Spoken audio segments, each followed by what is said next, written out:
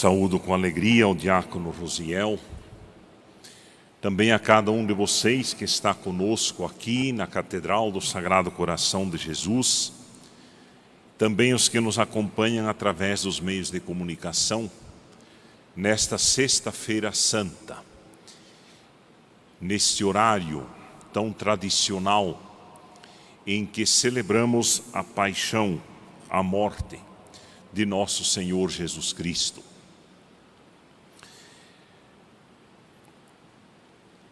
Certamente que a cultura de hoje, ela não consegue se dar conta da profundidade do que nós estamos celebrando. Por isso,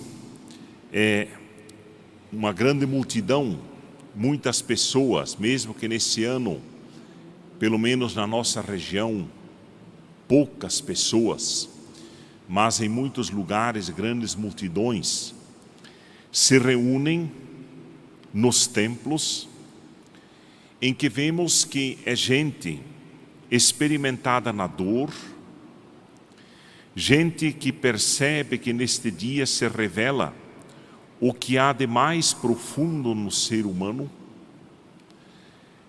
o que há de mais violento e perigoso no seio da sociedade, e o que há de mais belo no coração de Deus. O mistério do mal atinge sua força mais terrível. A humanização de Deus atinge seu ponto mais luminoso. E a entrega do ser humano a Deus se expressa em seu grau máximo. Tudo isso nós vemos em Jesus, que é crucificado, em Jesus que sofre a paixão, sofre a crucificação e por fim a morte. Assim como todos os escravos e servos excluídos e marginalizados, Jesus também não tem aparência e beleza que possa atrair os olhares. Ele é como uma raiz em terra seca, mas sua vida é semente, sua vida tem futuro. O servo fiel não perde a vida, pois ele a doa livremente e por isso prolonga a sua existência. Na sua liberdade, Jesus é capaz de prolongar a própria existência, o próprio simbolismo da sua existência. Ele carrega nas costas a exclusão e o desprezo de muitos, e por isso a luz brilha em seu rosto e tem em todo o seu corpo de servo, em que ele confia seu destino nas mãos daquele que é o segredo da vida e assim vive naqueles que servem. Todos nós, com certeza, conhecemos muito bem as tramas e as traições que levaram à prisão e condenação de Jesus. Aliás, o evangelho que ouvimos, a narração da paixão do Senhor que ouvimos, é uma mistura de coisas. Até mesmo aqueles que nunca se entenderam, na hora de condenarem Jesus, se entenderam perfeitamente no seu objetivo. Portanto, são opções e atitudes que revelam o mistério da iniquidade e sua força nas pessoas e nas estruturas sociais. Sim, força nas pessoas individualmente, e esse mistério da iniquidade que está presente também nas estruturas sociais, que geram opressão, que geram violência, que geram dor, que geram desespero. É um mal nada abstrato, que se expressa nos costumes, nas leis, nos medos e em todas as formas de ambição. Um mal que assume feições de cinismo, quando as autoridades religiosas, tendo decidido matar Jesus, não entram no palácio do governador para não se tornarem impuras. Vejam, condenaram um homem, mas depois não quiseram entrar no palácio para não se tornarem impuros. Então, um cinismo muito, muito forte. Nela, eis o homem. Por isso, depois fixemos o olhar nesse personagem que realiza em grau pleno a vocação de todo ser humano.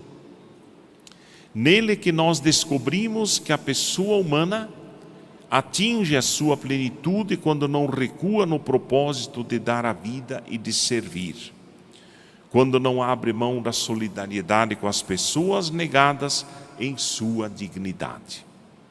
Assim morreu Jesus.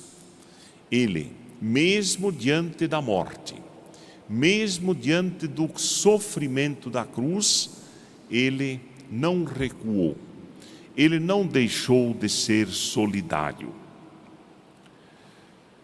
O que é que vocês estão procurando? Diz numa altura do texto, quando Jesus estava praticamente sendo preso. Perguntou Jesus aos discípulos exatamente. E hoje, nesta sexta-feira da paixão, o que buscamos nós? O que nós procuramos? Aqui, poderíamos dizer, só é lícito buscar forças para caminhar na fé e perseverar no seguimento de Jesus, o amigo e servidor da humanidade. Porque do alto da cruz ele se dirige a Maria e lhe confia a João. Diz: mulher, eis aí teu filho. E dirigindo-se ao discípulo: eis a tua mãe. Assim, aos pés da cruz nasce uma nova família. Pessoas que se aceitam, pessoas que se doam, pessoas que se acolhem. Não mais uma família restrita aos laços de sangue ou de interesses mesquinhos, mas servidora de todos os humanos seres que querem viver e promover a vida. Tudo isso nós podemos perceber e entender nesse momento da crucificação do Senhor. É por isso também que nesta sexta-feira a nossa oração, a oração do povo de Deus se abre à universalidade, que não deveria estar ausente de nenhuma celebração. Não é uma celebração intimista, como também não é uma celebração medrosa, mas uma celebração cheia de esperança. Porque hoje, daqui um pouquinho, na oração universal, nós rezamos pela Igreja, pelo Papa, rezamos pelos ministros, mas também pela união das diferentes igrejas cristãs, pelos judeus, pelos não cristãos, pelos que não acreditam em nada e ninguém, mas rezamos também pelas autoridades e pela humanidade sofredora. Hoje, de uma maneira especial, como já fizemos no ano passado, diante da cruz do Senhor, somos convidados a rezar pela crise do coronavírus, pelas tantas pessoas doentes, pelas pessoas que sofrem, mas também pelas pessoas que atendem os doentes, ou seja, os funcionários dos nossos hospitais, os médicos, enfermeiros, as pessoas que dentro de casa, dentro da sua casa, cuidam daqueles que estão doentes. Diante do crucificado, Filho da humanidade e Filho de Deus, aprendemos que os muros e fronteiras religiosas, políticas, econômicas e culturais não fazem o menor sentido e virarão ruínas. Por isso, pertencemos à humanidade e temos um destino comum. O destino comum que é Deus. E esta celebração, ela é uma dessas celebrações em que nós olhamos de fato para o mistério da humanidade diante do crucificado. E nunca me esqueço, no dia em que o Papa Bento XVI renunciou ao papado, ele disse uma coisa que até hoje emociona o mundo, dizendo: neste dia, nesta Semana Santa,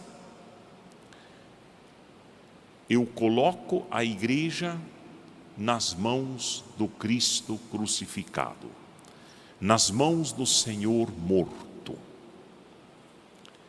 Por isso, nós que aqui estamos, repito, somos tão poucos, mas nós somos convidados na nossa oração, neste momento, a colocarmos tudo, as nossas famílias, a nossa sociedade, as dificuldades que ela enfrenta, a igreja, os doentes, os médicos, os trabalhadores, os patrões, os operários, os pais e os filhos, diante da cruz do Senhor morto. Por quê? Provavelmente não há nenhum outro momento em que Deus olha tanto sobre o mundo, sobre as necessidades do mundo, do que no momento em que o seu amado Filho está morto na cruz. Talvez muitas pessoas, muitos pais e mães vivam essa experiência. Talvez não olhem nunca com tanto amor, com tanta compaixão para um filho, do que no momento em que ele está diante deles morto, seja na cruz, seja pela violência, seja por uma doença, seja pelo coronavírus. Mas é ali que se expressa o amor no olhar, na ternura. É ali que se expressa o amor, sobretudo, na doação total. E assim, que Deus nos atenda na oração que agora somos convidados a fazer.